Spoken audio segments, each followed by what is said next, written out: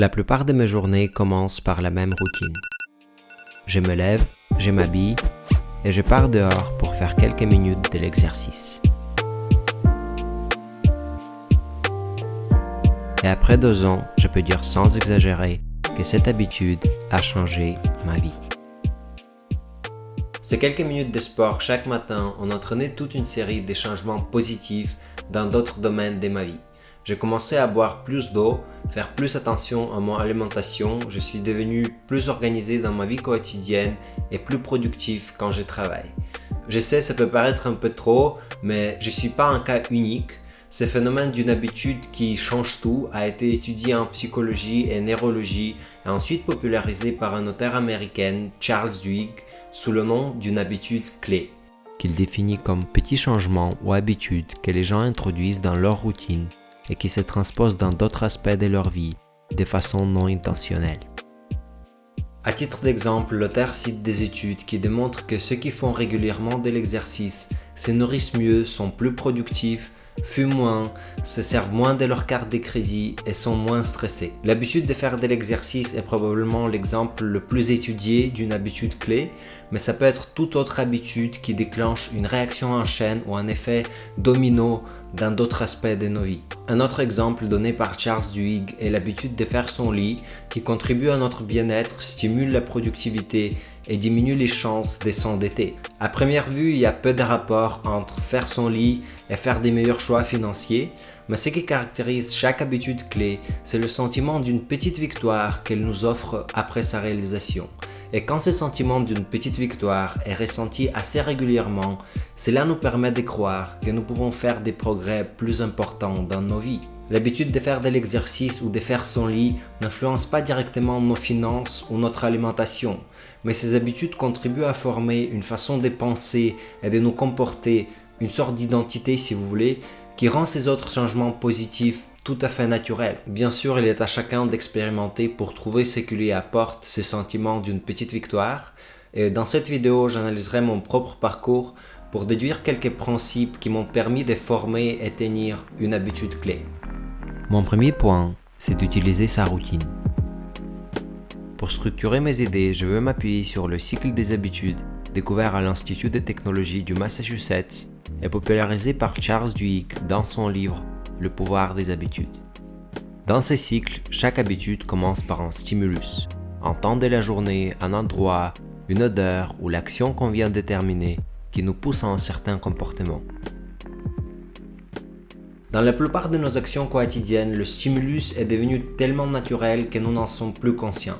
On boit du café le matin, on s'habille pour sortir dehors, on met la ceinture dès qu'on monte dans une voiture. Mais quand on essaye de construire une nouvelle habitude, il est important de trouver ce contexte pour sa réalisation, c'est-à-dire répondre aux questions « qu'est-ce qu'on va faire, quand et où ?» Et même s'il peut être dur de définir une heure et un endroit précis pour la réalisation d'une action tous les jours, ce qui marche même mieux, c'est d'ajouter une nouvelle habitude à la routine que nous avons déjà. Par exemple, si votre intention est d'apprendre plus et la première chose que vous faites chaque matin, c'est de préparer le café, vous pouvez essayer d'écouter un livre audio pendant quelques minutes tant que l'eau se chauffe.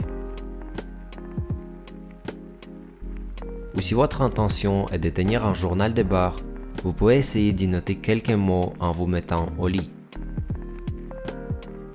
En utilisant la routine que nous avons déjà, nous donnons du contexte régulier à une nouvelle action et rendons le changement moins inconfortable, ce qui augmente les chances de persévérer à travers le temps et en fin de compte, de former une nouvelle habitude. Mon deuxième point est de garder les choses simples.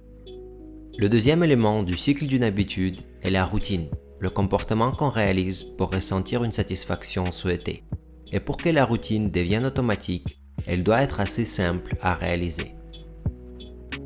On commence souvent à former de nouvelles habitudes sur un coup de motivation et on a tendance à en faire trop, mais une fois que la motivation est partie, il devient trop dur de maintenir la barre qu'on s'est mise et donc on abandonne complètement. C'est pourquoi il est très important de garder les choses simples dès le début. Des années de recherche démontrent que ce n'est pas le temps ni l'intensité que l'on accorde à une action qui la rend automatique. C'est tout simplement la répétition de cette action dans un contexte régulier. Autrement dit, il y a beaucoup plus de chances de développer l'habitude de s'exercer en faisant 5 minutes d'exercice tous les jours qu'en faisant 1h30 une fois par semaine. Et oui, si vous vous demandiez pourquoi je ne suis pas musclé même si je fais du sport tous les jours, c'est là que vous avez la réponse. Je garde les choses simples. Ça peut peut-être ressembler à une excuse d'un mec faible, mais je n'ai pas d'objectif de prendre de la masse musculaire ou de lever 200 kg. Mon seul objectif est de me sentir bien au quotidien et si ça contribue à ma santé à long terme, c'est encore mieux. D'habitude, je passe de 15 à 30 minutes dehors en marchant, en faisant des étirements, des squats et des pompes. Et quand le temps commence à être mauvais, je fais la même chose dans ma chambre. Et je pense que c'est cet équilibre entre une difficulté modérée et la satisfaction que je ressens qui m'ont permis de tenir cette habitude. Bien sûr, votre objectif peut être plus ambitieux que faire 20 minutes de l'exercice tous les jours, mais le but de garder les choses très simples au début est de faciliter la répétition d'une action au maximum pour la rendre automatique. Et une fois que l'habitude est formée, on peut se mettre à optimiser sa difficulté, ou comme l'a résumé James Clear, standardiser avant d'optimiser. Mon dernier point est de trouver une satisfaction. Le troisième élément du cycle d'une habitude est la récompense, la satisfaction que l'on ressent après avoir accompli la routine. Chaque habitude vient d'un besoin de changer notre état physique ou émotionnel. Et c'est seulement si le comportement satisfait ces besoins qu'on va le répéter encore et encore et éventuellement transformer en habitude. J'ai pu tenir l'habitude de faire de l'exercice tous les jours car elle m'apporte une satisfaction immédiate. Elle me permet de me sentir réveillé, avoir plus d'énergie et de clarté mentale durant la journée. Le problème est que certaines activités sont assez complexes à réaliser, mais en même temps n'apportent pas de gratification immédiate. Je peux par exemple écrire une page d'une nouvelle vidéo, mais je ne ressentirai que peu de satisfaction car je sais qu'il y a encore beaucoup de travail à faire pour que la vidéo soit terminée. Notre cerveau recherche toujours une récompense. Le paradoxe est que les activités qui ont une gratification retardée sont la source des accomplissements les plus importants dans nos vies. Heureusement qu'il y a quelques astuces pour sortir de cette impasse. On peut piéger notre cerveau en rattachant une petite récompense immédiate à l'activité qui n'en offre pas une. Par exemple, boire un café tout en écrivant son mémoire ou aller se promener après avoir écrit une page. Un autre moyen d'apporter un peu de satisfaction est de mener un traceur d'habitude et de cocher une case à chaque fois que l'action souhaitée est accomplie. Dès qu'on construit une petite chaîne de cases cochées, on ne veut plus la rompre et elle devient notre motivation pour continuer. En mettant le traceur d'habitude dans un endroit visible, on se crée un bon rappel de passer à l'action.